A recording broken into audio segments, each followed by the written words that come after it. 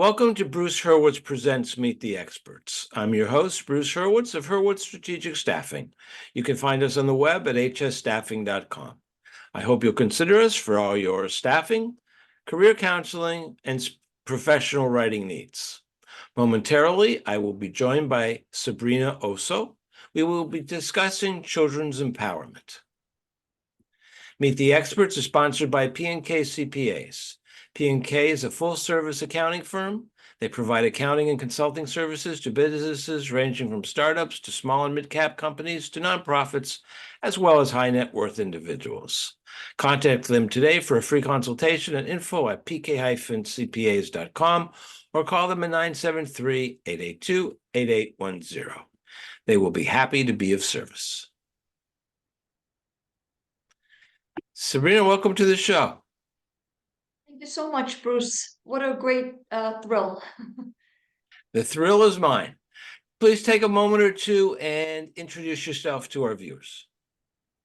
Sure. I am a TEDx speaker, author, and real estate agent on creating and maintaining respect in homes, workplaces, and schools. It's funny, not funny, but ironic that when your application came in, it came in right after that of a woman who teaches self-defense for women and children. And I just thought that that was rather ironic. And I also thought at first that you were a safe company. And I said, finally, I'll be able to ask somebody how you break into a safe. But your safe is different. Right, yes. There are some short films, I guess you would call them, on LinkedIn. I'm sorry, on X, Twitter, Reels, whatever, Facebook, where a child is walking. It's usually a girl. She bumps into someone, usually a woman, and then the woman turns around, looks at her, and the child is going like this. That, I believe, is now the international symbol for help. Right, yes, I've seen that, even for women, actually, or, female. Yes, for there's violence or abuse involved. Yes, I've seen that. Do you know anything about that symbol, how it came about? Uh, I don't know if it was a nonprofit or a charity that started it, but I think it's been around a couple of years, if I'm not mistaken. That's all I know. And there may be variations of it, but yeah, but what you did is correct, and uh, it is good.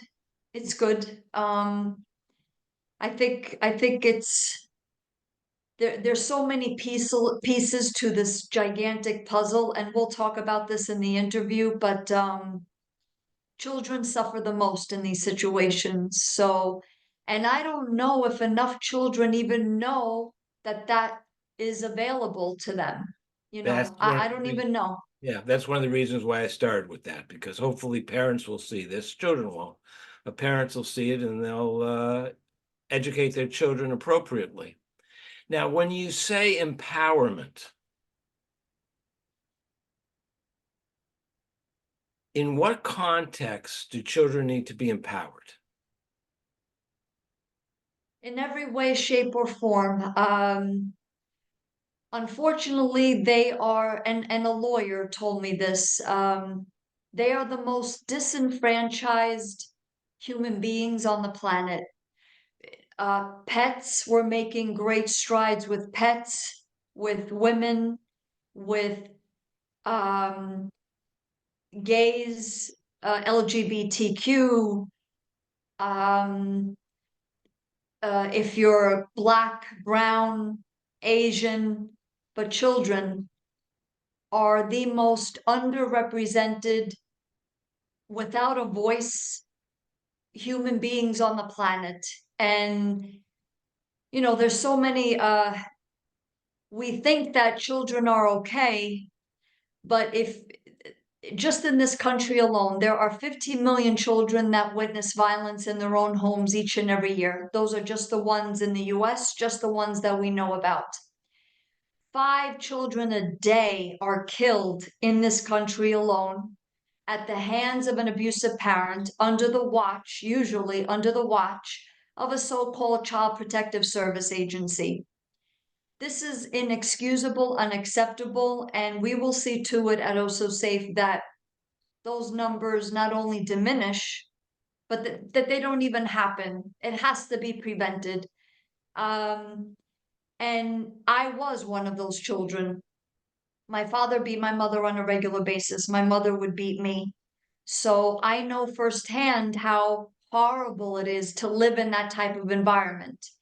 And unfortunately, many of the culprits of this whole of children's disempowerment is the fault of parents, abusive family members, abusive step parents. And we could talk about this more during the interview. So I'm so glad that we're focusing on children in this interview, in this podcast, because children need voice, they need choice, and especially in their home, which is where everything happens.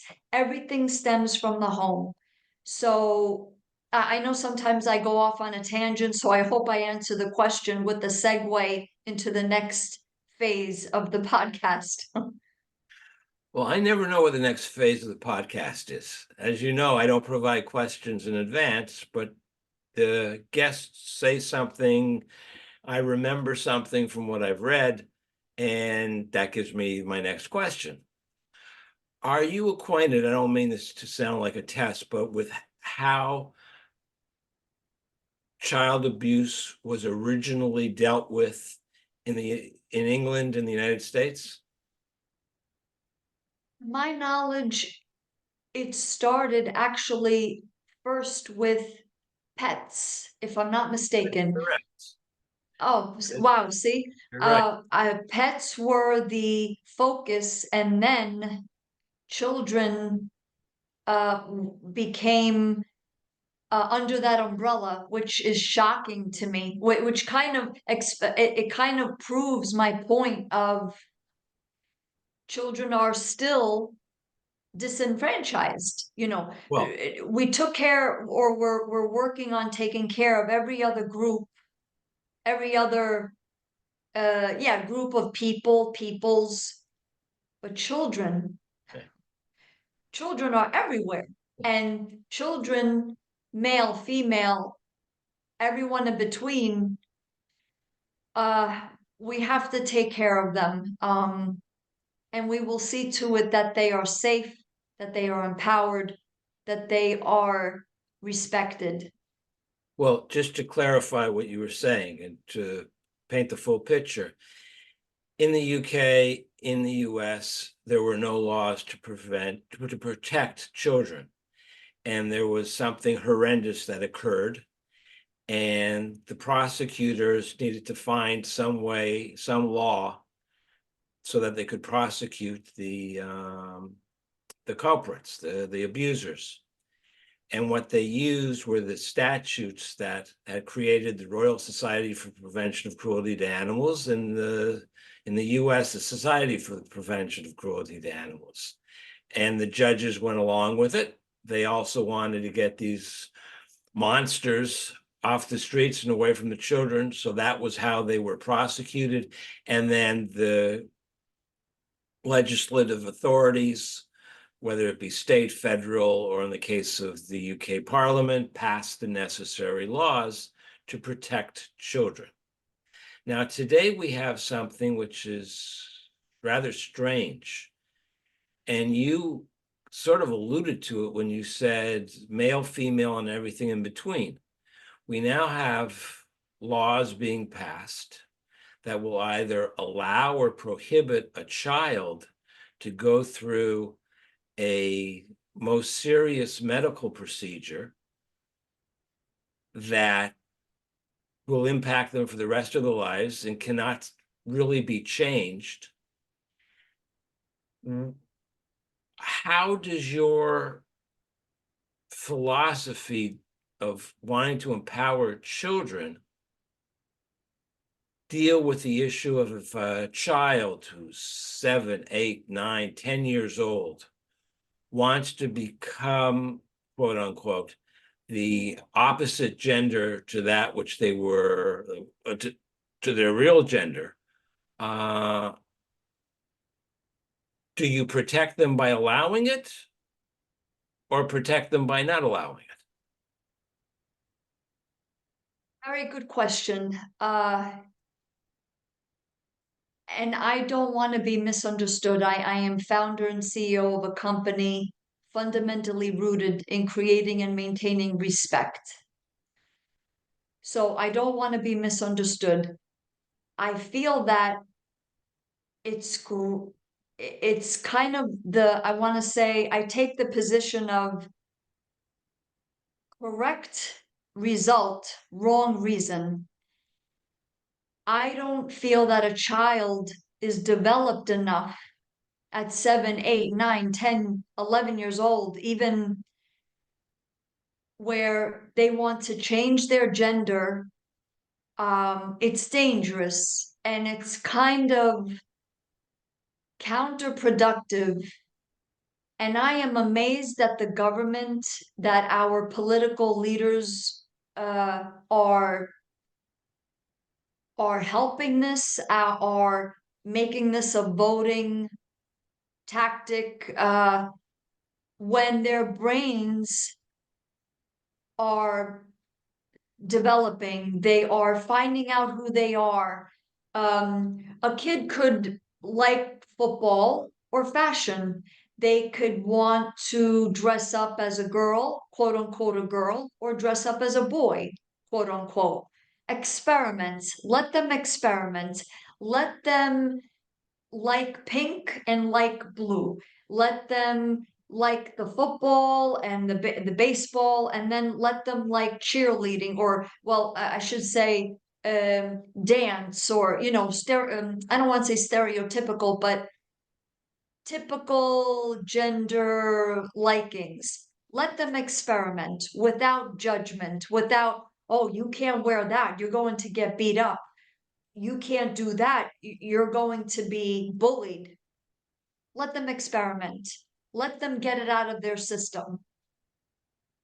But to have them go to extremes where, without any consent of the parents, right, if I'm not mistaken, go through operations that are irreversible, as you said, is not the approach that we take at Osso Safe, that we support. But I want that mentality to carry over. Let the child voice out who they feel safe with. And instead of waiting, when we're talking about safety, respect in the home, why wait until they're 18 years old to have agency, to have control over their lives? It's too late to wait till 18. Children know who make them feel safe. They know who respects them. From teeny tiny, they don't even need to talk. They know who makes them feel comfortable and safe and respected and empowered. So let them go to that person, whether it be an aunt, an uncle, a grandparent, a close family friend. Why force them to be with abusive parents, abusive step parents, abusive family members, when there's someone that's willing to take them in? So I hope I answer the question. You did. And I don't want to get misunderstood by anyone in your audience, especially children or parents of children that are in the trans process. Be careful, because I want to I take the position of let them experiment. Don't do the operation because you love them and you're protecting them. And then when they turn 18, 21, and they still feel that strongly, I am female, I am male. Okay, then, well, They're let adults. them They can do know. what they want. They're no longer children. Right, right. Then they can make those decisions, but to do that at 7, 8, 9, 10 years old, Mhm. it's dangerous. It's I don't feel that it's correct. And I think it's doing many disservices to that child, you know. Mhm. So parlay that energy to the children that are being abused. And mind you, no one should be abused. No one should be abused. So even if they feel that they're the opposite sex, that the opposite gender that they were born with, they still deserve respect. They don't deserve to be beaten. They don't deserve to be verbally disparaged. They don't deserve to be isolated. Um, My let them point, experiment. Go ahead. I'm sorry. my point was, you said something that I really like. Children know, even at a very young age, who makes them feel safe. I had a friend who sadly her husband passed away, and she had a baby who was about 2 years old. I forget, a little younger, a little older, around 2 years old. And she was dating this guy, and anytime the guy seemed like a nice person, but whenever he tried to play with the baby or to pick the baby up, he would cry like nobody. The baby, not the guy. I'd go over, I'd pick the baby up, and baby would giggle. I mean, there was no problem. And I looked at her and I said, there's something wrong. Children have the ability to know if someone's a good person or a bad person. They may not be able to articulate it. And you have to make sure they're not jealous. But if a 2-year-old objects to somebody the way he objects to this guy, you got to be careful. And turned out that he wasn't an abuser. He was just not a nice person. And somehow the baby knew it. I mean, you can be not nice and still not be an abuser. There are plenty of people who won't strike a child no matter what, yet they would con you out of every dollar you have. So physical abuse. Now, Right. Good point. Good point. Yes. And we have to listen to those children. We have to listen to the child, to more often than not, too many parents, single parents, or they're dating, they will side with the partner or the partner to be over the child. And that is not correct. Yes, the child could be jealous. Well, then don't introduce that person to that child just yet. You know, the child needs to get used to the fact that you're dating and listen to the child and let the child like talk to the child and say, what is it that you don't like? I'm not going to judge you. What is it? Do you have a bad feeling? Let the child explain it. Even if they don't know how to, like you said, articulate it per se, and give it time.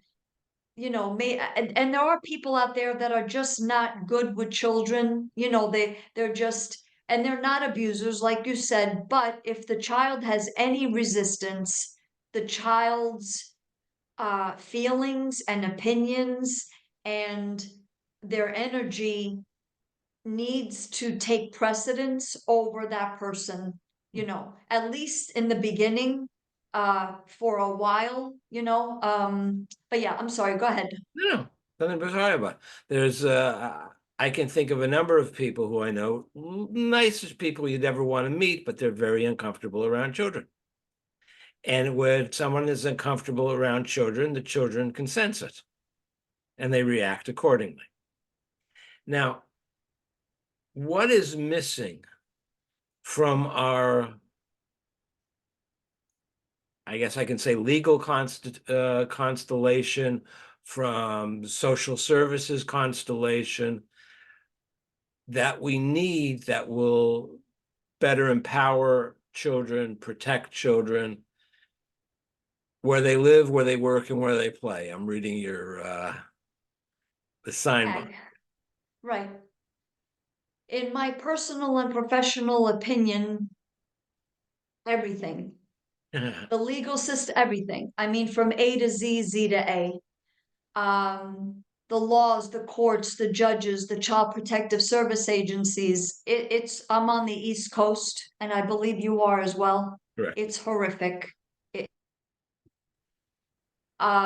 They make it a point to make horrible matters even worse.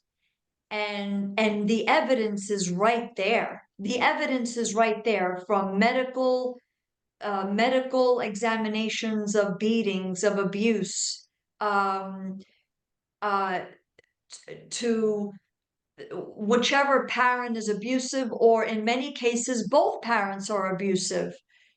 Child protective services excusing certain behaviors of the parents, deeming a child safe. Meanwhile, pornography is going on, BDSM is going on. I like I said, I'm speaking from personal and professional experience. Judges, because they have great power, and there is no room for error as far as we're concerned at Osso Safe. So you need to rule in favor of that abused child, not 9 out of 10, 8 out of 10, 10 out of 10. Otherwise, what are you doing up there on your platform in your black cloak, making these rulings, and you're holding the remainder of an abused child's life in your hands? And I've seen it more often than not.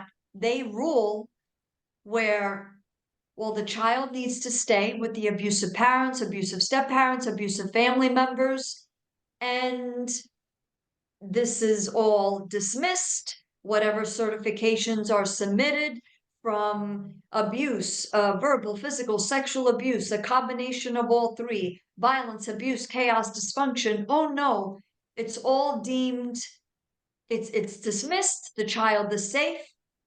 What is wrong with you? What is wrong with you? And I have a big problem with the separation between family court and criminal court. It should be one and the same. Family court, they need to take the mentality of, more often than not, it's criminal. There is abuse going on. It shouldn't be taken lightly. It shouldn't be dismissed or belittled or undermined in any way, shape, or form. And with our products and services, and I can explain this further in the interview and the podcast, you won't need the courts. You won't need the courts. What do you need the courts for? Everything is resolved in residency, in your home, whether you live in a townhouse, a co-op, a condo, a single family home, a multi-family dwelling, a two-family home, a villa, a mansion, a mobile home, a dormitory, a senior community. It won't matter. Everything is resolved where you live. Explain that. So, yes, our core product is the Osso Safe certifications for properties.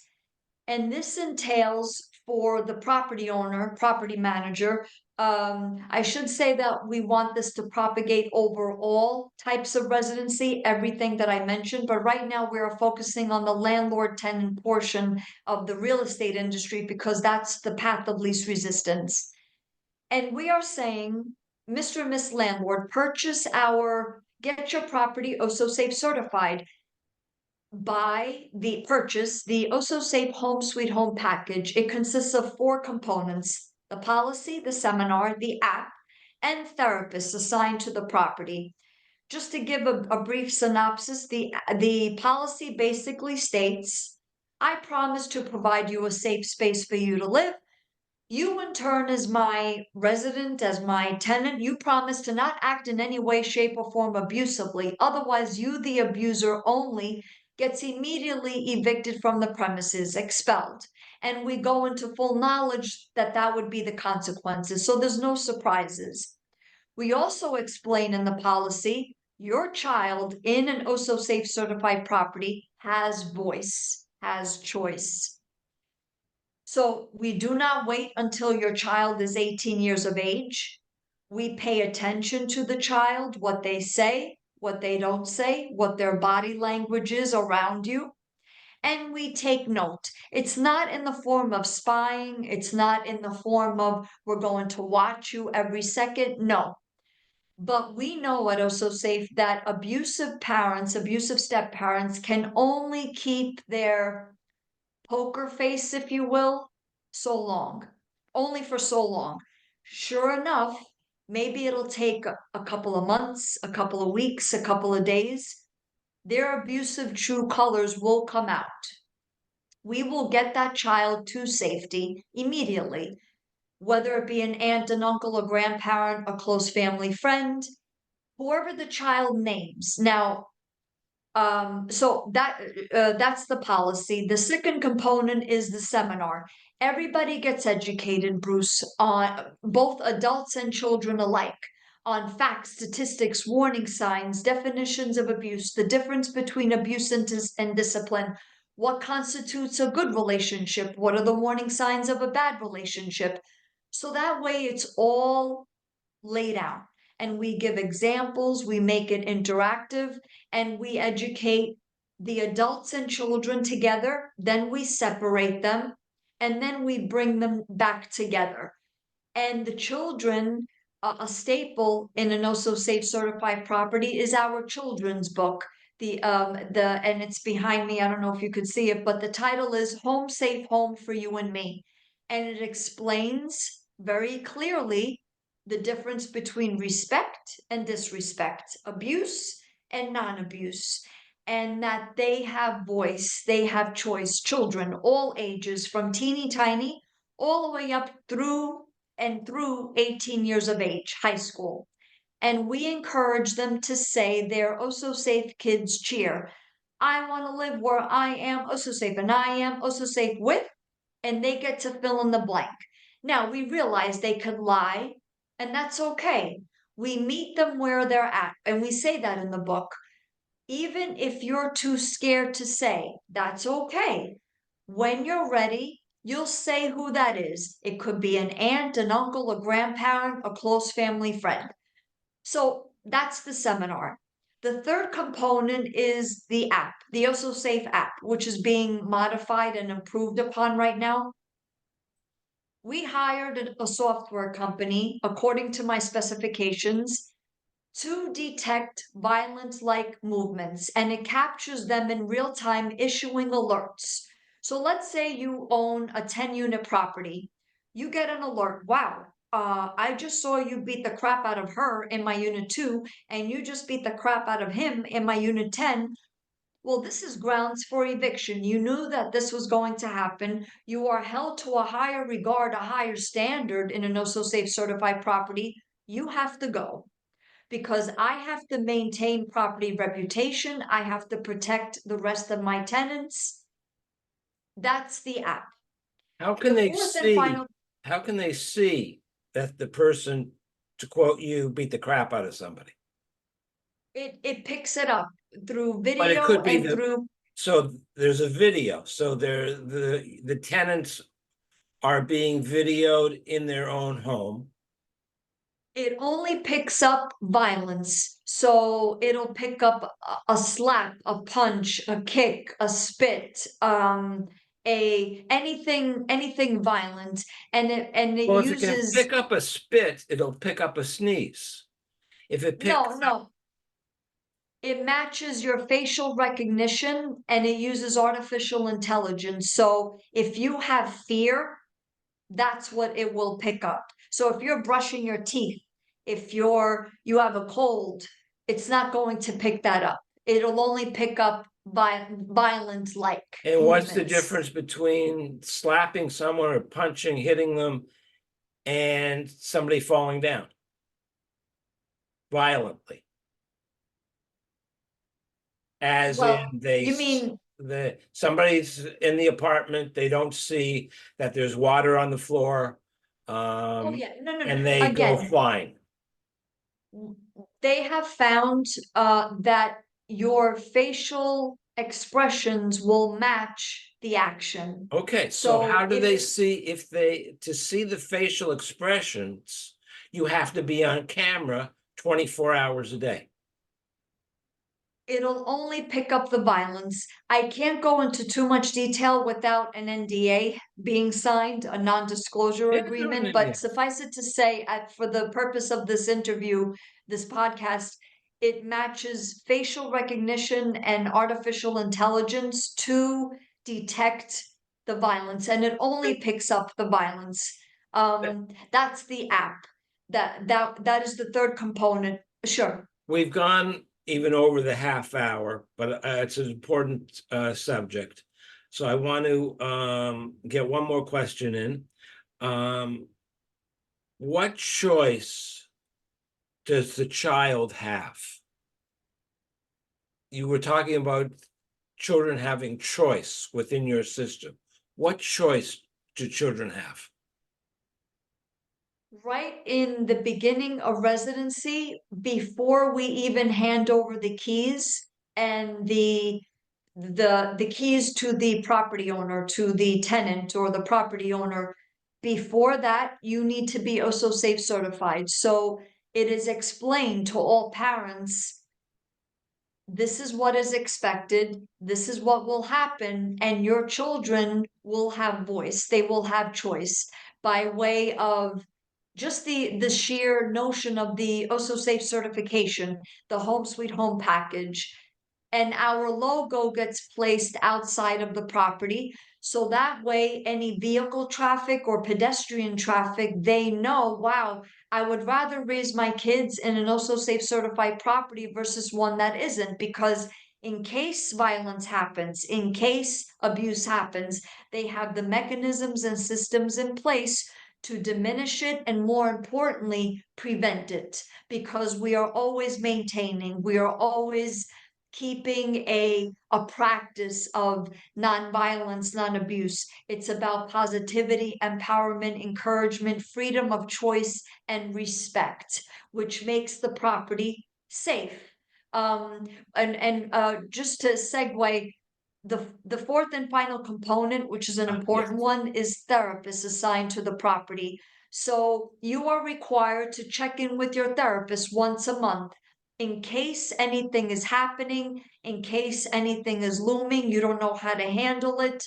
Well, we have therapists assigned to the property. So this helps children also with voice and choice. You won't need the courts. You won't need the courts. You won't need these judges making horrible final decisions where children are worse off and forced to live with their abusive parents, step parents, family members. An abuser is not going to admit that they're abusing.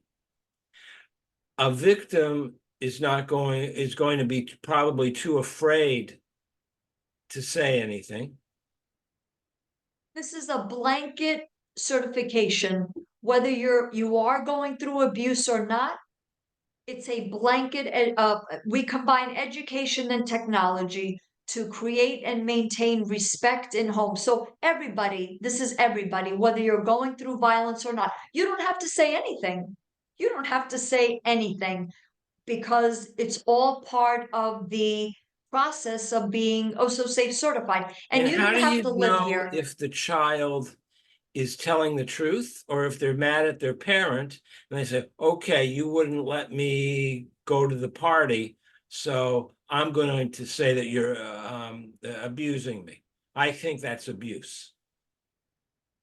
We do background checks for, I'm a real estate agent, so we do extensive background checks, not the typical background checks. So right off the bat, we know if there's any history of abuse, because the best predictor of future violence is past violence. That's True. one.